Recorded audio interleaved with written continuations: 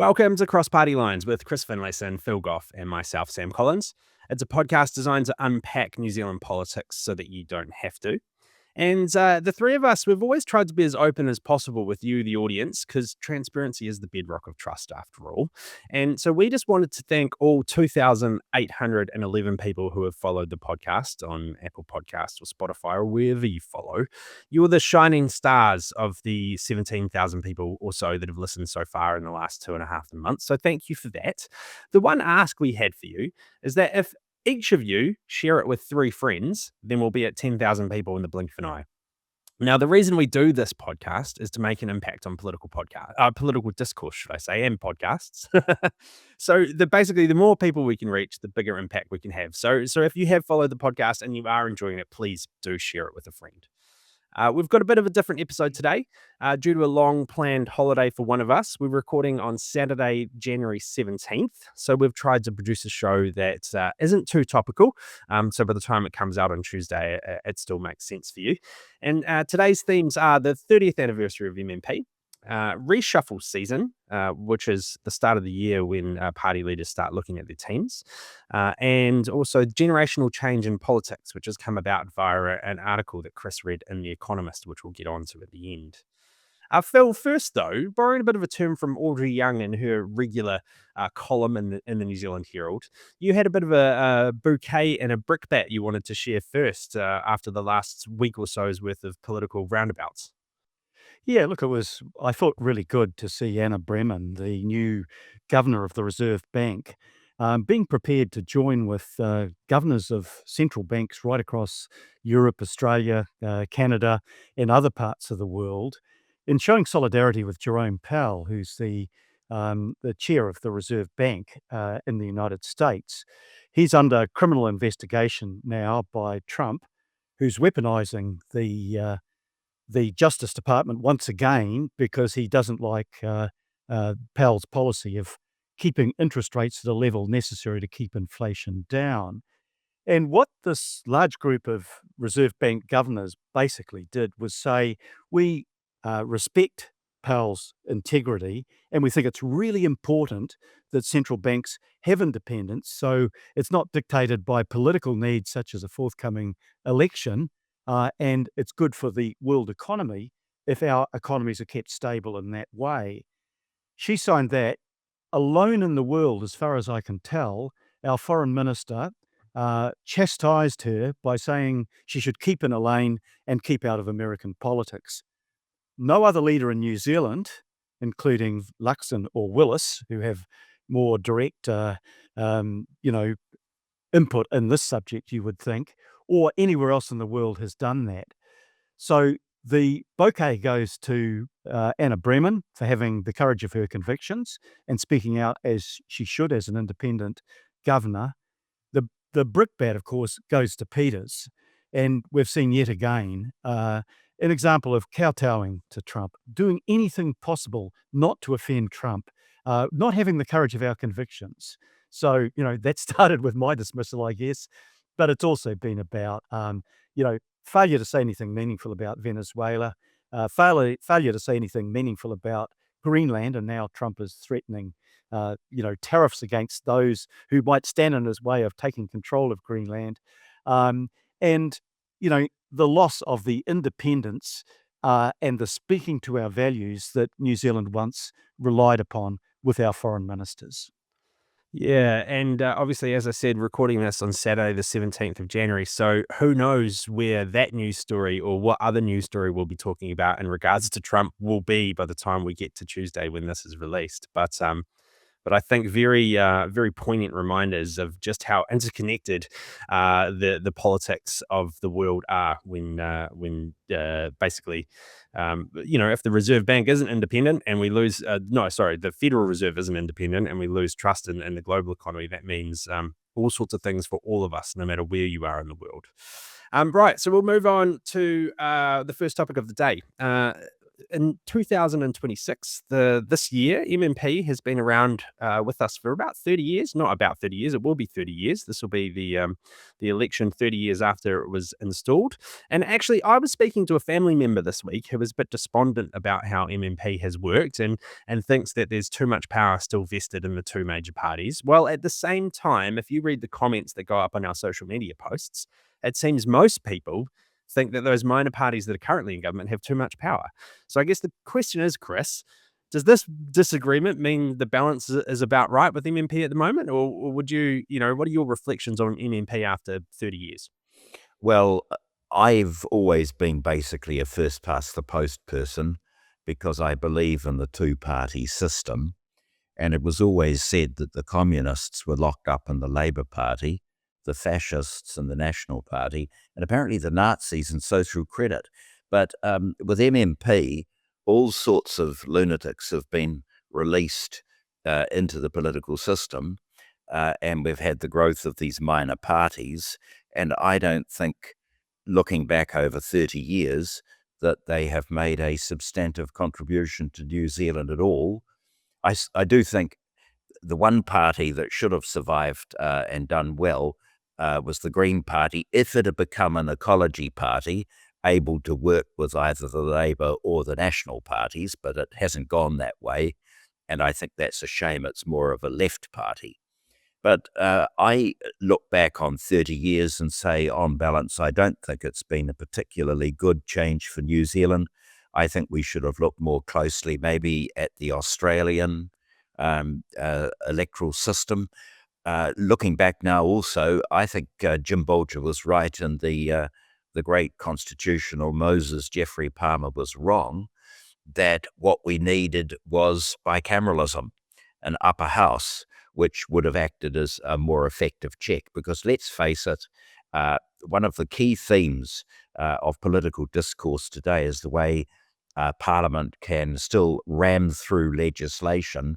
That particular evil, which Jeffrey said was a hallmark of the first past the post system, is still a hallmark of our political system now. And so we need a different way of looking at the way in which Parliament operates. So that's my view. I don't think it's worked. It shows really, and it's allied with the Brexit referendum, if you're going to have major constitutional change, the proponents of change should be able to achieve 50% plus one of the total electorate, not 50% plus one of those who vote. And if that had happened, we would not have had MMP, and the Brits would not have had Brexit, staring at an 8% loss in their GDP as a result of the foolishness of David Cameron. Yeah, well, of course, the United Kingdom did that on a first past the post system. So whatever the political system you adopt, you can't avoid stupidity and a degree of populism. Look, it really doesn't matter what we think. The New Zealand public has stated its view quite clearly on a couple of occasions. When the referendum was held in 1993, was it 54% went for MMP, and about 47% went for first past the post. That went back to referendum in 2011. That's right. And about a third wanted first past the post, and well over half wanted MMP. Look, I agree with some of what Chris has said. There are disadvantages in MMP. One clear disadvantage is that while first past the post disadvantages hugely small parties, MMP advantages a small party if it can become the kingmaker. So you can get 6 or 7% of the vote and determine who's going to be government of the country. The public don't determine that. The minor party determines that. And that can be misused to have the tail wagging the dog. But let's look at the other side of the ledger, and that is that what MMP does do, and its core strengths are that it gives proportionality. So the public's view is reflected in the representation in Parliament. In 78 and 81, I remember, Labor got the most votes. but not in the right areas, and Muldoon won. And there was a party called Social Credit that the older generation will remember. It got about 20% of the vote at one time. It got merely 2 seats. And so it was, a lot of people who voted for Social Credit, their votes counted for nothing because of the nature of the system that we had. So in terms of fairness, you can't argue against it. But there's another key benefit, I think, Chris, that we need to consider. There are people that wouldn't get into Parliament but for the MMP system, and those are people that there are more women in Parliament, I think, because of MMP. There are more minority groups and more Maori in Parliament because of MMP. And people can come into Parliament without standing in an electorate by being on the list, and that gives you the ability to bring people in from outside that aren't maybe natural politicians, but do have something to contribute. So He's you've got getting a at way me. He's getting at me. Well, no, I'm thinking of a whole lot of people actually that, Of course you are. I think we could have used it more. But not everybody wants to go through the battle, the electoral battle to get into Parliament, and yet there are people with talent that can add something to our parliamentary life. So on balance, I started off on first past the post. I would now vote, and did vote in 2011 for MMP. So, Phil, here's the start of a 10. Over 30 years, give me one example of where a minor party in government has made a positive contribution, either a national-led or Labour-led coalition. I can only think of the contribution working with the Maori Party with Tariana Turia, because I adored her and we did a lot of good things together. But has New Zealand First contributed anything to the political system over the last 30 years? No, not under either No. first past the post or under MMP, to tell you the truth. But that reflects my and your prejudice in that regard. Well founded, though those prejudices are.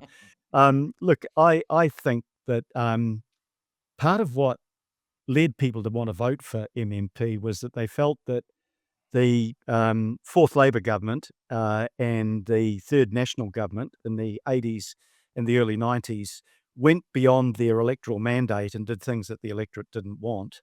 So in Bolger putting up the referendum, he basically gave the public the ability to punish politicians for not doing what they expected them to do, and sometimes not doing what they promised to do.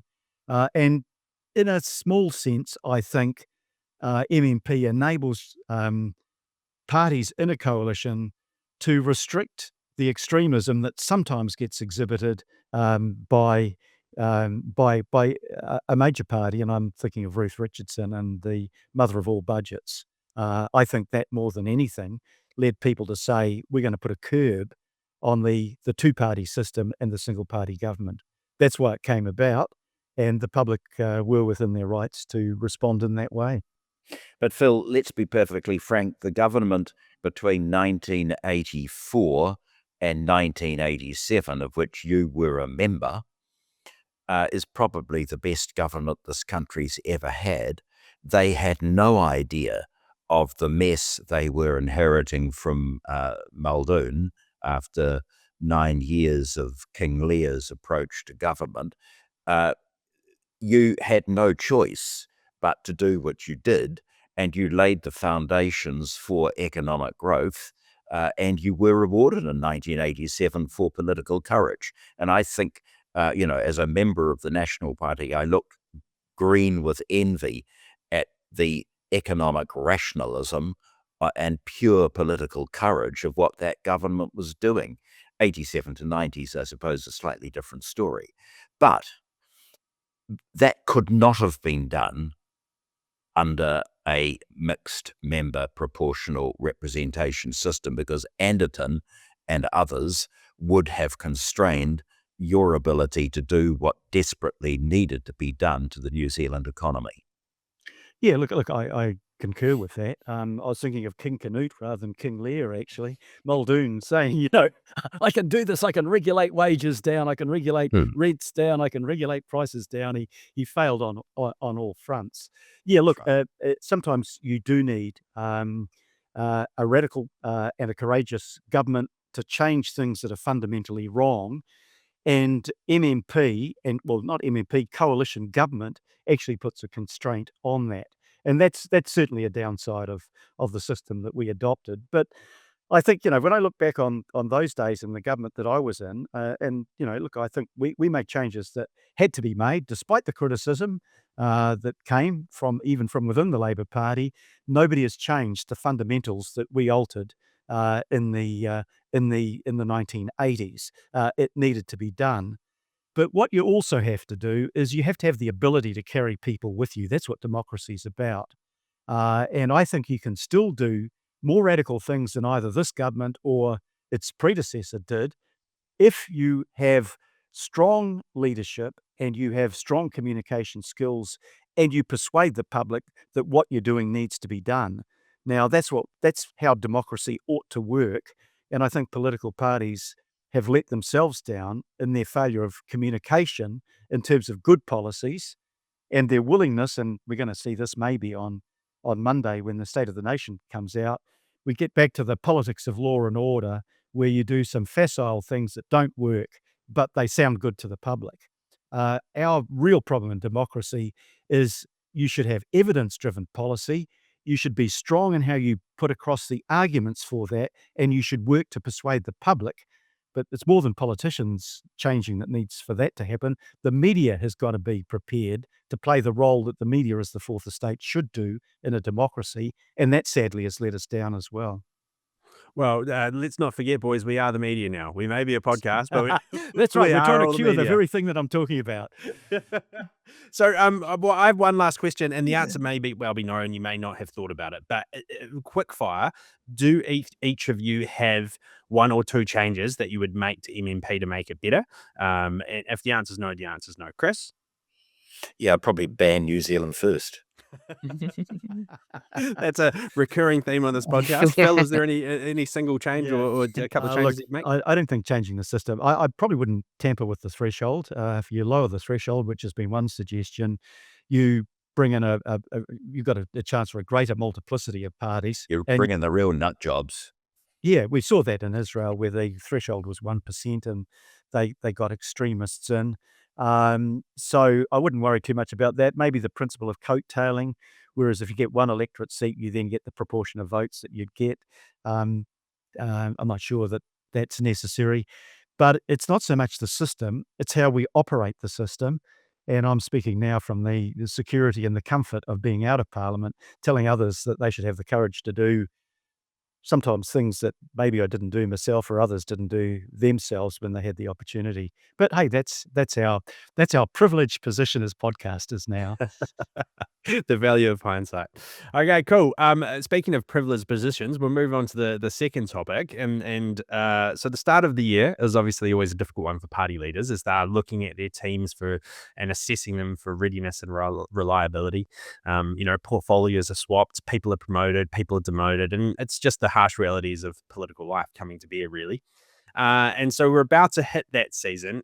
Phil, do you have any reflections from your time as party leader on how you deal with these situations? Obviously, it's always a bit more headline grabbing in government because you're talking about ministers and not ministers, but the math must be the same for a party leader as they're looking at their team.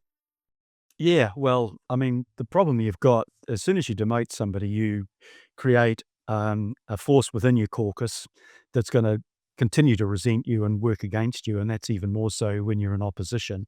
I should have demoted David Cunliffe for not performing the role that he was meant to perform. He was never there when we needed him, and he was always trying to undermine with the intention of seeking the leadership himself. He did that more clearly with David Shearer, my successor, than he did with me, but he still did it with me. I think he should reshuffle for non-performance, and I did that where people weren't performing, and I can look at. Well, I won't go into the details in either party, but I think that the key reason that you reshuffle and have a major reshuffle is when you change your leadership. or when you're in such poor position in your polling that you've really got to change the face of your government. When you do that, of course, it creates a certain degree of instability. I think that what we're most likely to get are the sort of reshuffles that Key did, and that is, and Ardern to a lesser degree. That is, you've got to look at people who are not performing, and you've got to look at lifting the new talent up from your caucus, to give them a chance to actually improve the performance of the party as a whole. So I think both parties should look at a reshuffle. I don't think either party will do it in a major way unless the polling gets so bad for Luxon and Willis that they get rolled. I would think that it'd be relatively small. In the National Party, I'd bring forward people like Chris Pink, who should be there, and probably somebody like Matt Ducey would drop out. They might go a little bit further than that, but that's I think bringing in some new blood, removing people that aren't performing at the level you expect them to, is sensible. Yeah, and I look at the other list of people on the National Party side that might be in line for promotions of some sort. Nicola Gregg's the other one, and James Meagher, I think, who is performing fairly well in the portfolios he has. And there's a few people that probably should be worried. Chris, Phil mentioned John Key's reshuffles. Did that ever make you nervous at the start of the year? You kind of were always climbing the ladder or feeling pretty confident, were you? No, I was always basically in the same spot. And in 2014, he said, "Oh, would you like to look after the spies?" I said, "Great." And he said, "Look, I'm going to, for presentational reasons, put Amy and Jonathan higher in the list." And I didn't really care too much about where I sat. I was quite happy just to do the job. But I recall, I think Key came back from his holiday at the beginning of 2013 and decided to roughen a few things up and decided to fire a few people. But that was in the middle year. And so Phil Heatley and Kate Wilkinson were eased out. And he was quite upfront about it. I remember Phil phoned me and said, "Oh, I've got to see John tomorrow. I think he's probably going to take housing off me and give me something to go with energy. What do you think?" I said, "Oh, it sounds highly likely." And he said, "Have you been called?" And I said, no one ever lusts after the treaty negotiations portfolio, so I'm okay, thanks, George. And he walked into Key's office and walked out again within 5 minutes, and that was the end of it. So, I think from time to time, firing a few people just to toughen up the ranks without, I know you accuse me of ancient history, but if you do it too comprehensively, Harold Macmillan sacked a third of his cabinet in 1962, which gave rise to the brilliant Jeremy Thorpe quip. Jeremy Thorpe was leader of the Liberal Party. "Greater love hath no man, that he lay down his friends for his life." And so it's a great one. But if you do it too comprehensively, you really do harm the image of the party. So looking at the two big parties, if I were Chris Hipkins, I've gone on this program before about the very bright young Labour women who I think are going to one day make a hugely substantive contribution to politics. So I'd be looking at Camilla Bellich, Arena Williams, Vanushi Walters, and bringing them up the ranks along with Rachel Brooking and Barbara Edmonds. I mean, they are very, very impressive people. And so that's what I'd do, and I think that would be very well received. On the national side, I agree with you. Chris Pink probably should have been in cabinet immediately. There are rumours flying around. I don't know whether you've picked them up in Auckland, but in the hotbed of Wellington, there are rumours about whether or not Judith's going to call it a day. And given that she models herself on Margaret Thatcher, I would have thought that she would try, as Mrs. Thatcher said, to go on and on and on. So we'll just have to wait and see what happens there. I'd put a few of them out of their misery fairly quickly. They should never have been there in the first place. Meagher is very young, but he could possibly be given a bit of a shove. But I really think he needs to bring pink into the cabinet. Mm. And Yeah. Phil, obviously looking at Chris Hipkins and his team, he's got a lot less MPs. How did you manage the balance of work? I was just looking, so both Penny here today and Jan Tinetti, they both have something like 5 or 6 portfolios. Is that given that Jan Tinetti's are all connected to children and child poverty and other things, so they're kind of connected. But how do you balance as a party leader what you're giving each of these MPs so that they can actually effectively deliver the work? Yeah, well, there's an old saying, you want a job done, you give it to a busy person. It's not balancing it out so everybody has an equal workload. You give portfolios to people with the ability to perform and to produce results from them. Um, Now, there is an exception to what I'm saying, and that might be Chris Bishop. Chris Bishop has, it's an enormous list of responsibilities. I write them all down actually because it surprised me that he had as much housing infrastructure, RMA reform, transport, leader of the House, associate finance, associate sport. Now there is suggestion that he may have some of that workload taken off him. Um, and there's a question of whether there's any sense of retribution on Luxon's part about the aborted coup that might have been led by Chris Bishop. There is changes that have been suggested or rumoured that the National Party is going to go back on the policy that it very recently announced on housing intensification. I think it will do that because there's too much grumbling in the leafy suburbs of Auckland, and National Party people are being affected by intensification and they don't like it. Now, will Bishop lose one of his more substantive portfolios? I think probably unwise for Luxon to do that because Bishop's seen as quite competent. And it might be seen too much like this is revenge for you, daring to suggest that I'm not up to the role of being leader. But you could see some lightning there. On the Labor side, one reason that you do have a change is where people signal, and the same with National actually, when they signal that they're going to retire from Parliament in the election year, you replace them early. We wiped out a big percentage of our cabinet actually in 1990 when 6 cabinet ministers said they were going to stand down, left a big hole. Duncan Weber's standing down. I regret that. I think he's quite a good spokesperson for the Labor Party in the justice area. That might be an area for Venushi Walters, who is a lawyer, and she's newly back into caucus, filling a slot off the list. But a very, one of the people I think you mentioned, Chris, as being very talented.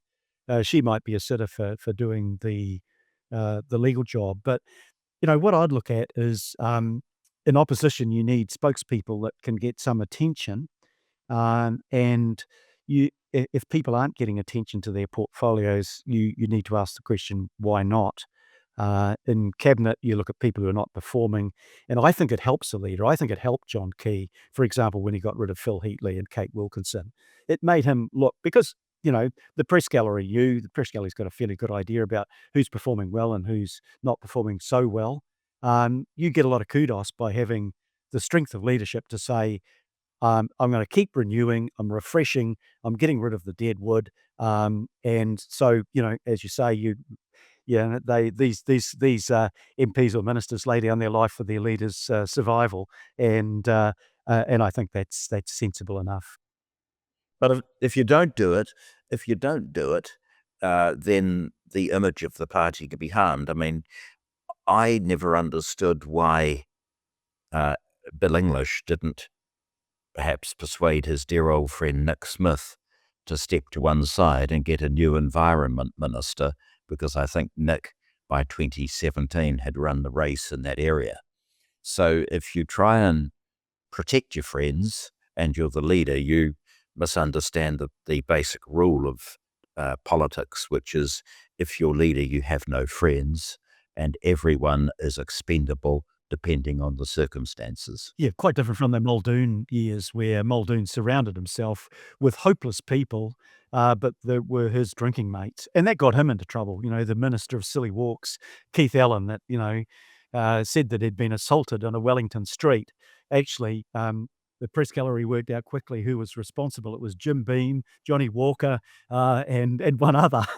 He Yeah, was I always felt kind of sorry for him because he was very unwell. But the point you make is well made when you look at complete idiots like Colin McLaughlin and the former spokesman for grains and seeds, Rod Talbot, and others. They should never have been anywhere near the cabinet. And I always remember Hugh Templeton saying to me in the Muldoon years, he said, Chris, that transport portfolio, transport and communications critical portfolio, and for 6 years it was held by Colin McLaughlin. Yeah, unbelievable. That was largely in early television days where you didn't get much television coverage of your ministers. Today it's different, and there's more scrutiny, and that means that you've got to be more ruthless as a leader in making sure that the people that you have got are the best people you can offer, are performers, and can add value to your party and the votes it can attract. Little footnote on Colin McLaughlin, his grandson was that fellow Falloon who was the extremely undistinguished one-term member for Rangitata, whom Judith had to get rid of. So lack of distinction must run in that family. And of course, it is always a fine line between looking like you're regenerating and looking like you're moving through in a very orderly management fashion, and looking like chaos, essentially, and having to roll through a bunch of people. So that's always at the back of leadership's mind, I'm sure. This week, while we were searching around for potentially more evergreen topics, Chris, you mentioned an op-ed written in The Economist about the Brazilian president Lula, basically urging him to reconsider standing again in this year's election and to allow for generational change. He is 80, which seems to be a fairly key number for global leaders at the moment. It seems like there are generational tensions rife in politics globally. The big question, I guess, is Chris, do you have an antidote to this in your head? Like how should people go gracefully versus how should we recognize leadership with age? Yeah, well, it was a very interesting article. And basically, Brazil, as a country, is doing very well. It should be in the top league of nations. And Bolsonaro, who tried to organize a Trumpist coup after he lost, has found himself in prison for 27 years. And the Brazilians are basically telling the Americans to go and see a taxidermist. And they're doing very well. So basically it says, well, Mr. Lula, you've had a couple of terms, you've had a good run, time to retire. And it just made me think about all the octogenarians that we have in politics today. I don't think there's any hard and fast rule. I mean, John the 23rd, who was one of the great popes of the Catholic Church, once said, beware an old man in a hurry. And he was there for 5 years and turned the place upside down, did a brilliant job, and then died.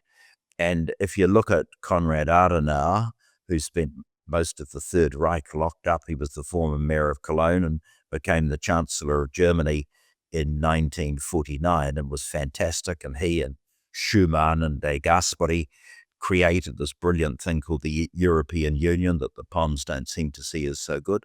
And so old age isn't necessarily an impediment, but there are a hell of a lot of octogenarians around today. And I think it's fair to say, in relation to some of them, their cognitive abilities are called into question. And on balance, even though, I'm a great fan of Adenauer and John the 23rd and so on, I'm inclined to say it's time that the other one, those crazy old mullahs in Iran who are committing genocide against their own people. They were crazy at 47, let alone 87. Yeah, no one's calling it out for what it is, by the way. It's genocide. And they have a go at the Jews in Gaza and so on, but awful people. So on balance, I'm inclined to say, JFK's inaugural address, the torch is passed to a new generation. Time to get some young people at the top of the United States and so on, and breathe a bit of life into these old democracies. The octogenarians by and large, should just bugger off. And Phil, you and I had a conversation about this when we did the Q&A episode, actually, because it was a question that came in. We didn't get time to go over the answer because by the time we'd finished talking, I think we're talking for 58 minutes, and I was thinking this is a bit long, so I'm going to skip this one. But you had some quite good points kind of along Chris's line, which is there shouldn't be any hard and fast rules, but people should know when it's their time. Yeah. Both of those things. I think probably it's against the Human Rights Act to set an age limit in any case, but I think you leave it up to the electorate to do that. There is an old saying that old age and treachery beats youth and exuberance every time, and I'm beginning to see the sense of that saying. Look, I think you need in politics and in leadership, and in our case, in our cabinet, a combination of people of different ages, different generations, different life experiences, and that gives you the strongest credentials that a cabinet should have. I think personally that the Ardern government would have benefited hugely if it had had an old warhorse like Annette King. She won't like me calling her old. I'll just call her warhorse. Still in that cabinet, saying, an institutional memory and somebody that's been around a long time and has seen a lot. There is a danger that a younger generation of cabinet ministers will reinvent the wheel when drawing to their attention that this has been done and this has been tried and this was the consequence would be useful. I made a personal decision, which was when I was 69, that it was time to pass over the mayoralty to a younger generation. That really worked. I got replaced by somebody that was nearly a decade older than me. But it wasn't because I lacked physical fitness. I can still go out and do a good day's work labouring on the farm and sinking fence posts and so on. I think I still have mental acuity. But I thought, look, it's time for a new generation in tune with the aspirations of the generations much younger than my own to be in charge. If you look at the octogenarians, it used to be once upon a time, it was the Kremlin and the Chinese Politburo that had people in their 80s. Now you've got Biden and now Trump in the United States, both in their 80s. And in New Zealand, you've got a Minister of Foreign Affairs who's now in his 80s and a mayor that's about to be in his 80s, the mayor of our largest city. Now, I think Biden was seen quite clearly to be past it. I think Trump was past it probably decades earlier. He was never in it rather than being past it. But I think, when I look at Winston Peters, he comes across on TV still as reasonably acute, but physically, he's just had another operation and hope that's successful for him. Physically, I think it counts against him, particularly with the degree of travel that a foreign minister does. And, I think when you're in your 80s, there are things that you forget. You can be reasonably sharp most of the time. And I think that may be a problem for Mr. Peters as well. But no hard and fast rule, but let's get a combination of ages. And people should look at saying, the best time to go was when people still want you to stay rather than when they're telling you to go. And that's what I wanted to do as mayor. I mean, I could have won a third term. I'm quite confident about that. But I think at the end of it, 80 hours a week work would have started to affect me a little bit more in my 70s than it would have at a younger date. I must say I incline to the view that once you reach about 70, maybe 75, you should have compulsory cognition tests and physical tests, and those records should be made fully available to the public. If that had happened in the United States, of course, Biden would never have been able to stand for re-election. And of course, as you say, Trump's kind of an exception because, as the generals were saying when they were trying to reason with him last week over Greenland, it's like dealing with a 5-year-old. So you've got a 5-year-old trapped in the body of an 80-year-old. But when you and I, Phil, want to visit the United States, we're going to be called into a little office. Say, maybe I'll have to put leaf peeping in Vermont on until there's a Democratic administration. But with High Court judges, or with judges generally, the retirement age is 70. Now, some people say, oh, that's a bit low. Well, maybe it is. But for some people, they're very old 70. And so I think a bright line test of saying, look, 75 probably, but thereafter, I think the public's entitled to know whether or not you're heading, you're a bit loopy or whatever, what physically, how good you are. And so there should be mandatory health tests, and those details can be made available to the public, because I just don't think it's good enough for nations large and small to be led by politicians who physically are not up to it, and spend all their time misleading the public into the fact that they are. And then, of course, there's the role that once you get to that age, sometimes, and it will depend on the person, but sometimes you start thinking less about what's good for the population and maybe more about what's good for your legacy as you start knocking on the door of older years, which I think can also affect the decisions these people make. Yeah, you don't have to live when you're elected at 80. You don't have to live with the consequences of your actions and be held accountable for them, because you won't. But look, picking up Chris's point, even without medical tests, which are often rigged, people saw that Biden clearly wasn't up to it. He wasn't up to it physically. He was an old man, and we now know that, and I knew at the time from contacts that I had that had been at meetings that he had attended, that he wasn't always up. Sometimes he was up to it mentally, but not always. So, his cognition came and went. But that's still, it still leaves the situation that even a slightly senile Biden was going to be a better president for both the United States and the world than a reasonably active Trump. And cognition tests don't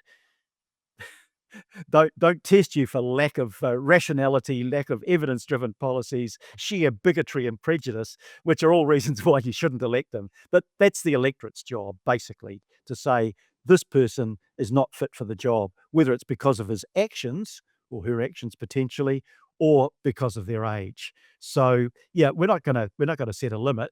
I do hope against hope that there'll be no change to the constitutional limit of 2 terms in the United States, because the change in China to ceasing to have a 10-year limit on the Chinese presidency, more than anything else, is designed, will result, maybe not designed, will result in the cult of the personality, and people who think that their entitlement is to be leader and that they don't have to earn that privilege and they don't have to respect the rights of others. I think it's continuity in a position that can be really damaging.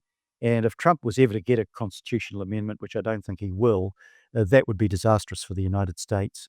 And it's interesting that over 40 years ago, Ronald Reagan was the then oldest elected president, and he was 70.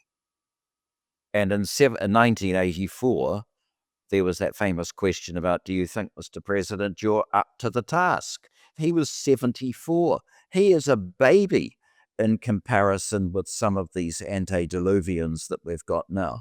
So, no, I'm sorry. I think it's in the public interest that we have, for all politicians over 75, and Phil makes a good point, no point running down to your own local doctor. It should be all independently done.